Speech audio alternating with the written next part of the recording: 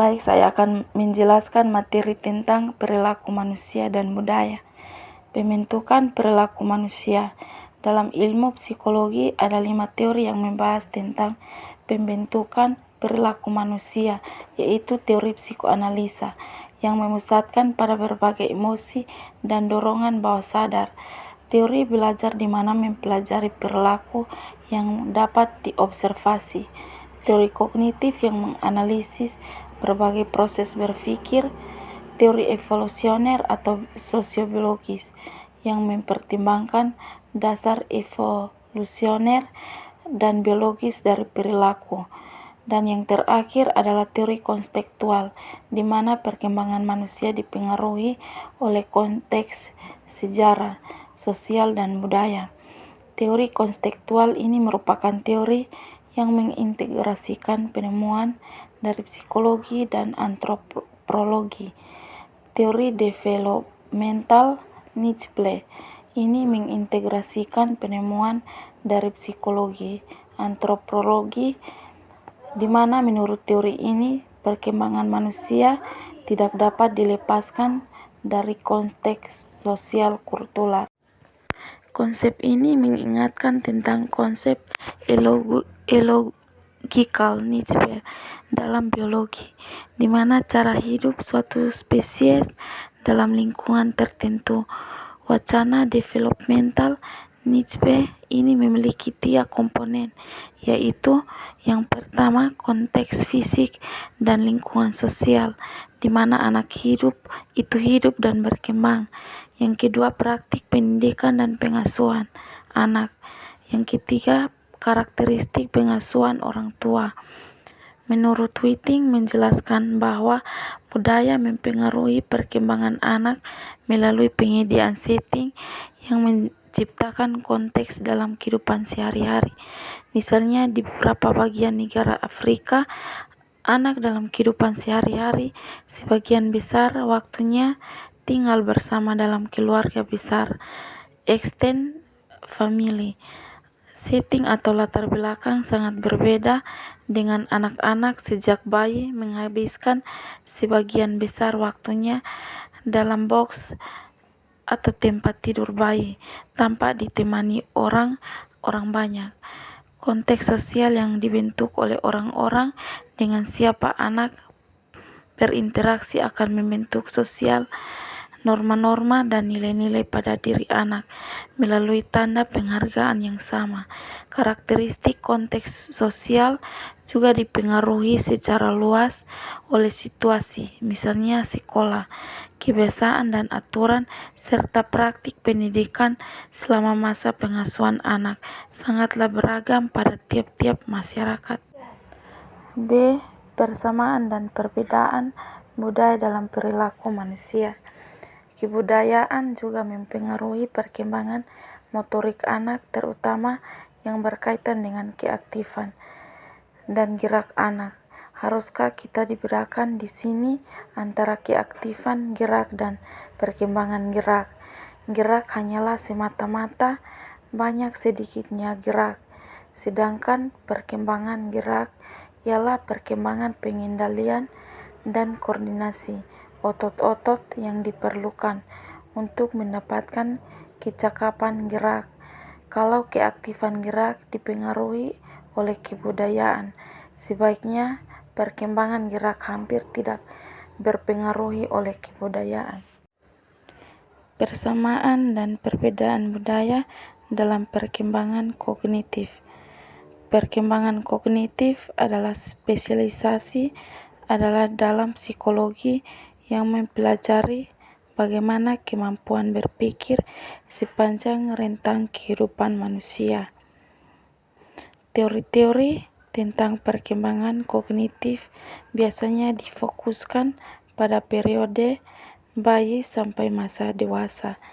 Dengan demikian, telah lintas budaya membuktikan bahwa kemampuan berpikir abstrak atau penalaran ilmiah yang diasumsikan oleh Piaget sebagai titik akhir perkembangan kognitif ternyata tidak berlaku secara universal.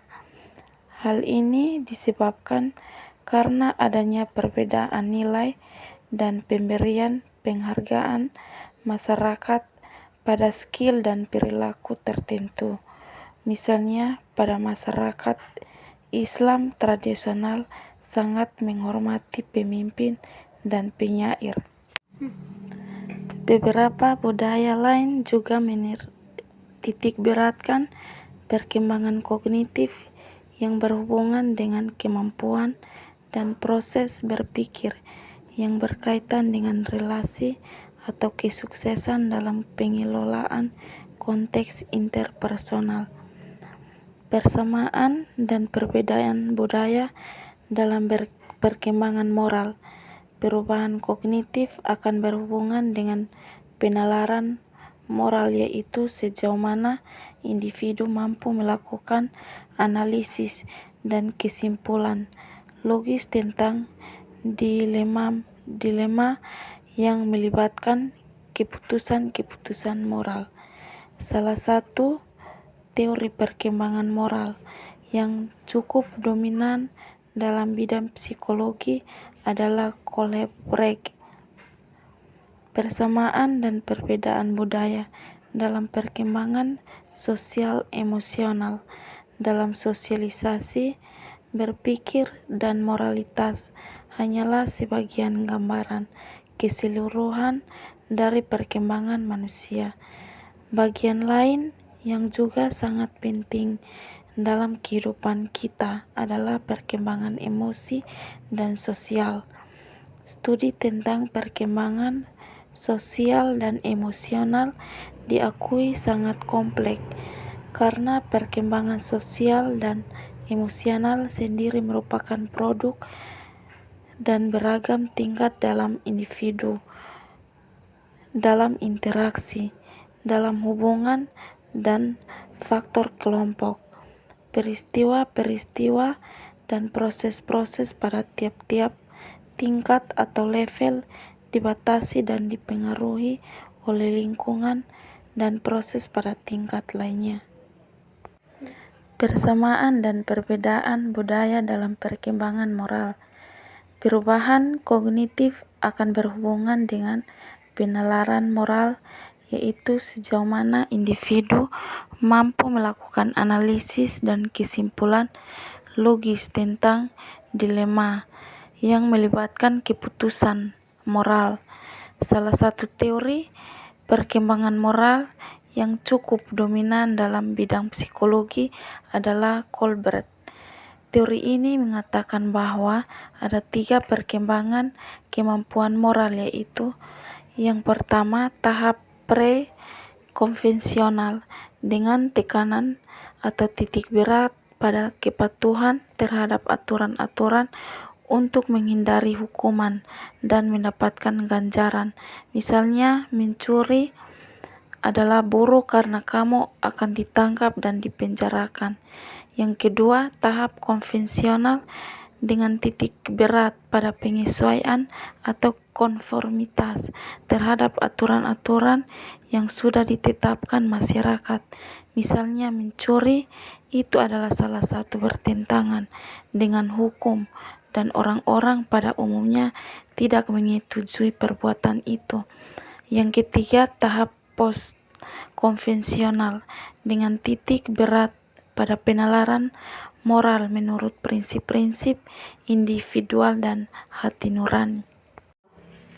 Meskipun demikian, telah menyimpulkan bahwa adanya kemungkinan sebenarnya masyarakat lain, khususnya non-Barat, dapat mencapai tahap post-konvensional. Hanya saja pemaknaan tentang penalaran moral post-konvensional itu berbeda dengan pemaknaan yang diberikan oleh Kohlberg. Misalnya, Schwider menemukan bahwa moralitas post-konvensional berdasarkan penelitiannya di India dilandasi dengan konsep hukum, alam, dan keadilan, bukan prinsip individualisme dan sekularisme. atau kontrak sosial, atau mungkin model keluarga sebagai lembaga moral.